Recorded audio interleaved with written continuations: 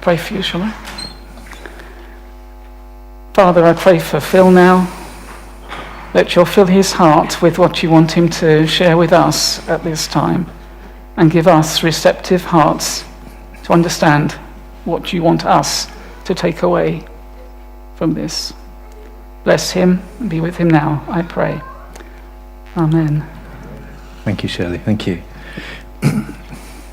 Good morning, everybody. Great to see you this morning. And for those of you who are joining us on the live stream, you're very welcome. It's great to see you this morning as well. As Shirley mentioned earlier, but for those on the live stream, we're in the year of a year of infectious faith, faith that goes down deep, a faith that we can pass on to others. And our theme for this month, which is in line with this, is Sabbath. We're looking at the practice, the biblical practice of setting one day a week aside and making it holy, and just making it a different day to our normal days in the week. And my question this morning is, as we start, is how will our faith deepen by taking Sabbaths? How will your faith deepen by taking a Sabbath? Would you do me a favor? First of all, just relax, just stretch, just sit in your seat. Those people at home, if you're sitting on a settee or a comfortable chair, just let the chair support you, and that will help you hopefully to concentrate and not to fall asleep. Last week, we looked at the practice of stopping, and I'll explain that basically the four things that Anne and I do, and this is something that we've got from John Mark Comer. We do four things on a Sabbath. We stop, we rest, which I'm going to talk about today, we delight, and we worship. Okay, stop, rest, delight, and worship, and I want to focus on stopping last week and resting today. My aim during this series, I would like every single one of you, here's a challenge for you, every single one over this side, every single one of you at home watching, see whether you can take a Sabbath this month. Take one day this month, work at it, and see how it will bless you, and then see whether you can do it again. John Mark Comer, I'm going to be quoting from 3 books. I'm not going to find that I've actually copied them out, but 3 books I'm going to be reading from today. Dan Allender, Sabbath, which is a very good book.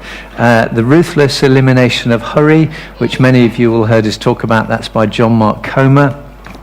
And then the final one is Sabbath as Resistance by a man called Walter Brueggemann, and I shall be quoting from them as I go through this morning. But John Mark Comer said this when we're reflecting on stopping from last week. He said, the Sabbath is simply a day to stop working, stop wanting, stop worrying, just stop.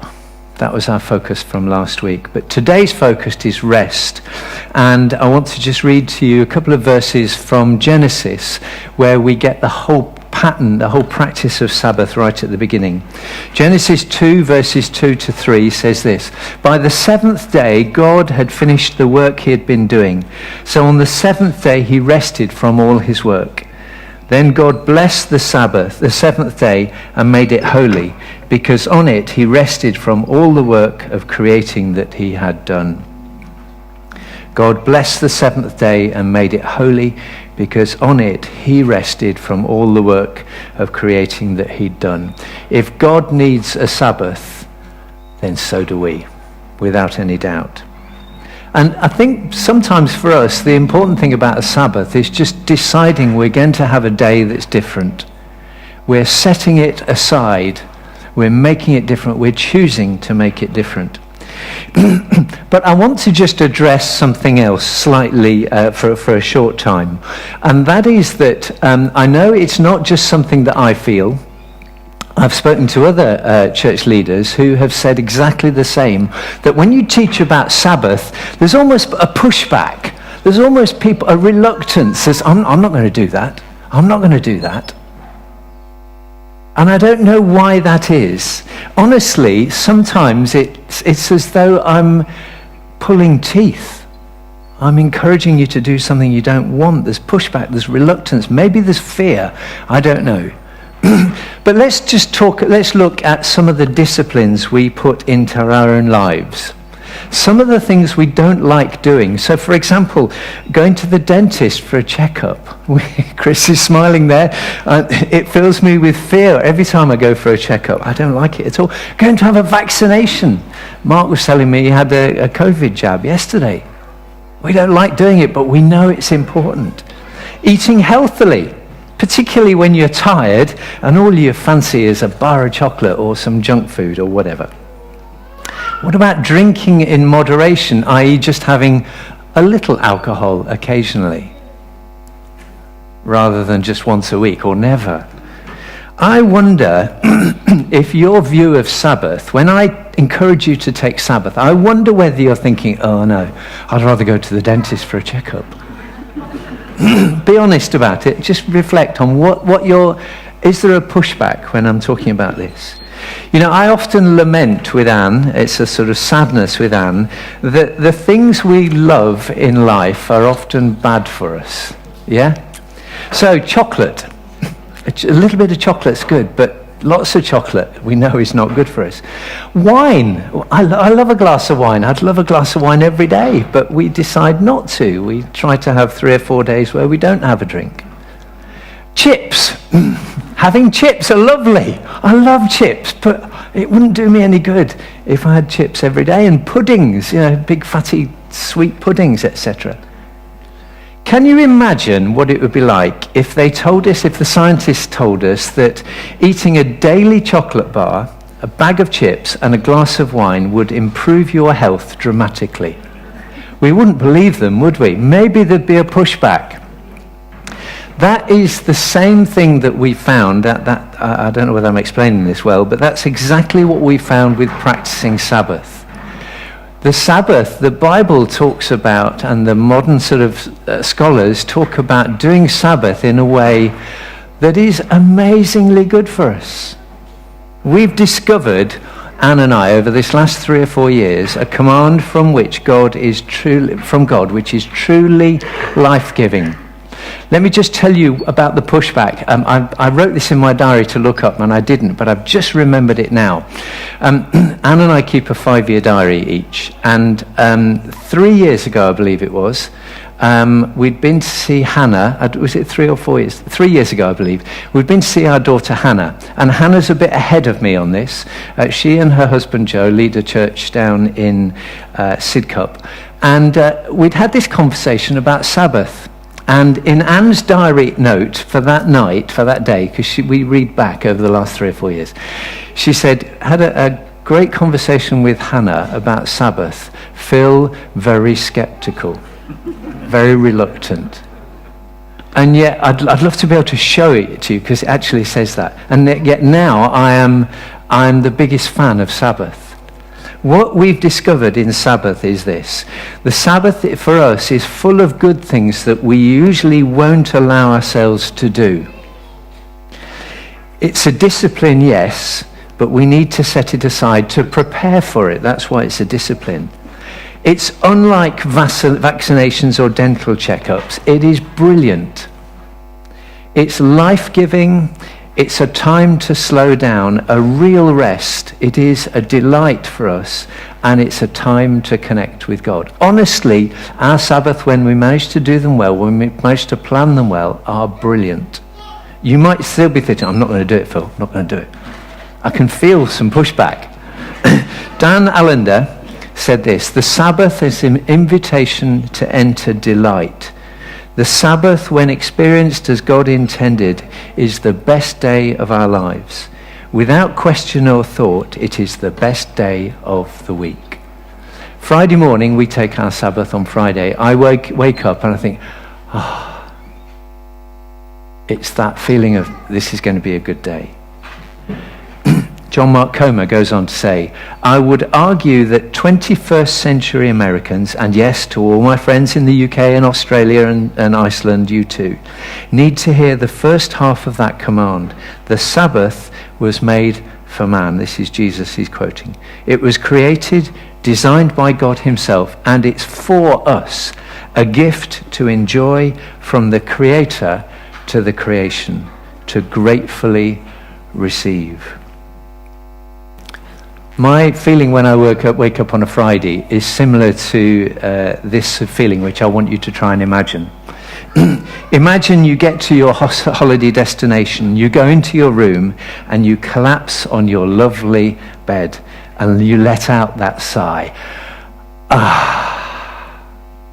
Does it ring a bell? No, I'm getting blank faces from some.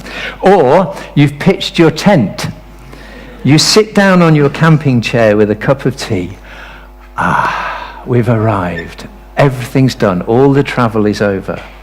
Or they're just serving afternoon tea for you at Hartwell House, and you sit there in luxury. A great feeling of contentment, of stopping, and of resting. Maybe that's an occasional feeling. It's what we feel when we go on holiday. But actually, it's the feeling we get every week when we take a Sabbath. It's that. Let's turn to rest now. Last week we looked at the passage in Deuteronomy where we're told to take a Sabbath, and the reason we're told to take a Sabbath in Deuteronomy is that you were in slavery. You're now free. So the Deuteronomy passage is talking about stopping the sort of addictions we have, the acquiring, the being enslaved to various things. Today's passage, though, is from Exodus chapter 20, verses 8 to 11. Let me read it to you. Remember the Sabbath day by keeping it holy. 6 days you shall labor and do all your work. But the seventh day is a Sabbath to the Lord your God. On it you shall not do any work, neither you, nor your son or daughter, nor your male or female servant, nor your animals, nor any foreigner residing in your towns. For in 6 days the Lord made the heavens and the earth, the sea and all that is in them. But he rested on the seventh day. Therefore the Lord blessed the Sabbath day and made it holy. The reason we're to take a Sabbath day is because God created the earth in 6 days and he rested on the seventh. So it's about rest. We are to rest on the Sabbath because God rested. Just pause and reflect on that for a moment. We're to rest on the seventh day because God did so.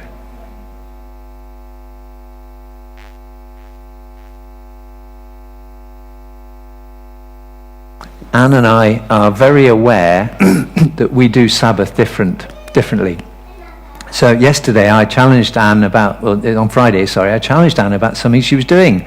And she said, Phil, it's not work for me. That isn't work. Whereas for me it was. So we will have different ideas of what for us is work and what for us is rest. Let me just go through a few examples of what we do and don't do on our Sabbath. Neither of us will do any paid work in terms of, so I won't be doing work to do with church emails, or I had to break it this week because I'd forgotten to send an email to a funeral family, so I had to do that first thing on Friday morning. Normally I would not do that. I won't do anything to do with Broughton Church, Kingsbrook Church on our Sabbath. Anne will not do any counselling work because that for her is work. And she says, no, on that day a week, we don't. Anne will not mow the lawn on a Friday because she doesn't enjoy it. It doesn't bring her life. It's hard work. But she will do some gardening because she likes pottering in the greenhouse and repotting and putting seeds in plants, etc., in pots. Anne won't do any baking for more on a Friday on the Sabbath because she feels she enjoys it, but it feels like it's a choice, part of her work, as it were. I will potter on the camper van because actually it brings me energy. I don't consider it hard work. I don't go into the garage thinking, oh, I've got to do some work on the camper van. I'm thinking, can I go out and do some work on the on the camper van? It enriches me. My beekeeping, I will happily stand and go through one of the hives and take the frames out. It's a very calming thing. I don't consider it hard work. But I won't spin the honey. I won't extract the honey because that is really hard work and I'm exhausted by the end, and I don't want to do that on my Sabbath. We will go to a pub and we'll sit with a glass of wine and read a book that feeds our soul. We do things that feed us. We don't do things that we find hard work.